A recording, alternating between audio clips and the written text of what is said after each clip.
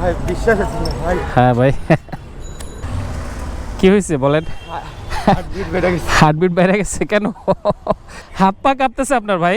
ও মাই god. আমি যে আপনার মানে এমন কোনো ভিডিও নাই যেটা আমি দেখি না। ও মাই গড। আমি অনেকবার মিস করছি, আপনি আমার বাসার পাশ দিয়ে যান। আচ্ছা আচ্ছা। একদিন দেখা করুন। এখানে কেমনি আগের বারও দেখছিলাম, বাট আপনি মাস্ক পরা ছিলেন, এটা আমি চিনি না। আরে ম্যান, ব্যাপার না ম্যান। ছবি তোলা যাবে? ছবি বলতে কি আমরা একসাথে আড্ডা দিব, অসুবিধা নেই ভাই। কি বলেন? পুলিশকে আলাদা আলাদা করে সবাইকে বোঝানো লাগতেছে যে এই রাস্তায় কেন রিক্সা চলাচল করা যাবে না। এতগুলো মানুষের সাথে 2-3 জন ট্রাফিক পুলিশ সদস্য রীতিমতো নাকানি চুবানি খাচ্ছে। এদেরকে কোনোভাবেই কনভিন্স করা যাচ্ছে না, এদেরকে কোনোভাবেই বোঝানো যাচ্ছে না। ম্যাডাম, পুলিশ আসলে নিজের জন্য কাজ করে না, এটা মূলত সবাইকে একটা শৃঙ্খলা রাখার জন্য কাজ করে।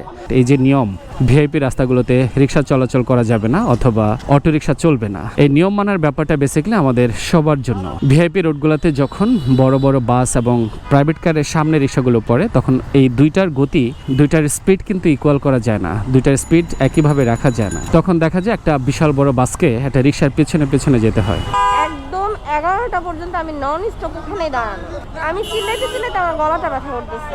আমাদেরকে সাপোর্ট তো দিতে হবে। মানুষকে শৃঙ্খলায় নিয়ে আসাটা সময় সাপেক্ষ ব্যাপার, এটা আমাদের মেন্টালিটিতে সেট হওয়ার জন্য একটু সময় দরকার। এমন অনেক এলাকা আছে যেখানে সকালে যেতে দিচ্ছে না, বিকেলে যেতে দিচ্ছে। ছুটির দিন ছাড়াও আবার একদিন বন্ধ, আবার আরেকদিন খোলা। এমন কারণে অনেক সময় সাধারণ মানুষ বিভ্রান্তির শিকার হন। তাই যেখানে আমাদেরকে নিয়ম মানানো হচ্ছে বা যে সমস্ত এলাকায় রিক্সা চলাচল নিষেধ, সেটা যেন প্রপারলি থাকে, অর্থাৎ সবসময় যেন সেটা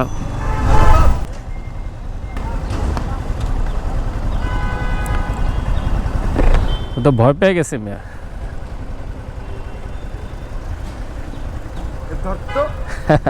আচ্ছা, গাড়ি রাখতেছি ভাই। ভাই বিশ্বাস আছে না ভাই? হ্যাঁ ভাই। আছেন কেমন ভাই? কি হয়েছে বলেন? হার্টবিট বেড়ে গেছে কেন?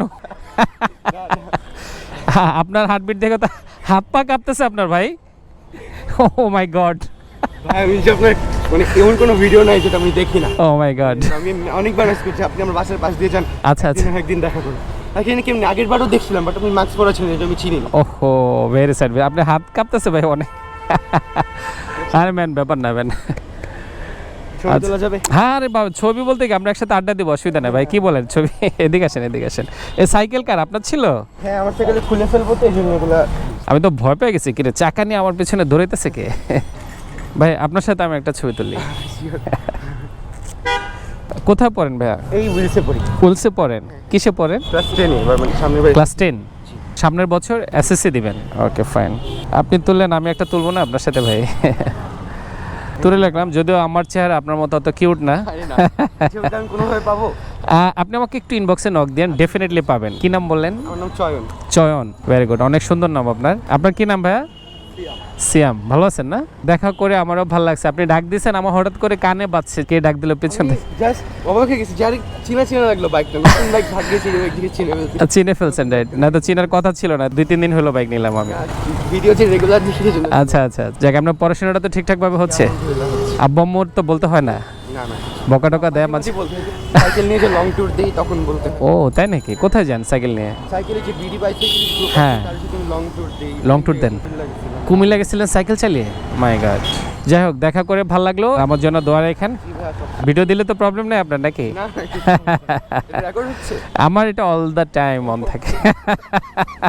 No problem. দোয়া রাখেন। আরেকবার আপনার সাথে একটু বুক মিলাই ভাই। কিছু মানুষ, আপনারা যারা আমাকে ভালোবাসেন, পছন্দ করেন, এটা আমাকে দারুণভাবে ইন্সপায়ার করে, অনেক বেশি অনুপ্রাণিত হই আমি। All the best and man, আমার জন্য দোয়া রাখবেন, ঠিক আছে? আল্লাহ হাফেজ তাহলে। হ্যাঁ, ওয়ালাইকুম আসসালাম। আমি লিটারেলি ভয় পেয়ে গেছি। ছেলেটার হাত কাঁপতেছিল রীতিমতো, এবং পিছন থেকে দৌড়ে আসছে 2টা চাকা হাতে করে। মাই গড। বাট রিয়েলি এটা আমাকে দারুণভাবে ইন্সপায়ার করে, যারা আমার কাজকে পছন্দ করেন, বিশেষ করে এই প্রজন্মের যারা আছে। ভাইয়াটা বলতেছিলেন যে ভাগ্যিস আমি আপনার নতুন বাইকের ভিডিওটা দেখছি, আদারওয়াইজ আপনাকে রিকগনাইজ করাটা টাফ হয়ে যেত।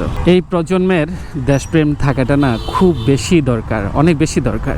যদিও দেশপ্রেম বলতে আমরা সবটাই করতে বেশি পছন্দ করি, যতটা না নিজের দেশকে মন থেকে ভালোবাসি তার থেকে বেশি প্রেজেন্টেবল। কিন্তু দেশের সাথে সম্পর্ক কিংবা ভালোবাসাটা এমন হওয়া উচিত, নিজের বাবা মার সাথে রাগ করে যেমন মাতৃত্ব কিংবা পিতৃত্বকে অস্বীকার করা যায় না, তেমনি ভাবে নিজের দেশকে ভালোবেসে নিজের দেশাত্মবোধকে অস্বীকার করা যায় না। লাখ লাখ বাঙালি যারা আমরা ইউরোপ, আমেরিকা এবং পৃথিবীর বিভিন্ন দেশে থাকি, তারা হয়তো সুন্দর একটা জীবন যাপনের জন্য ছুটে যায়, বাট কোনো একটা পর্যায়ে কখনো না কখনো এই দেশের টানে, দেশের কথা ভেবে, নিজের ঘর, নিজের চেনা পথ, এই বলয়ের টানে আমরা কিন্তু সবাই ছুটে আসি, তীব্রভাবে ছুটে আসি, হাজার বছর ধরে ছুটে আসি, আসতে আমাদের হয়। এনিওয়েজ, কাছে দূরে যে যেখানে আছেন, যে অবস্থায় আছেন, প্রত্যেকের জন্য অনেক অনেক শুভকামনা রইল। প্রত্যেকেই ভালো থাকবেন। আল্লাহ হাফিজ।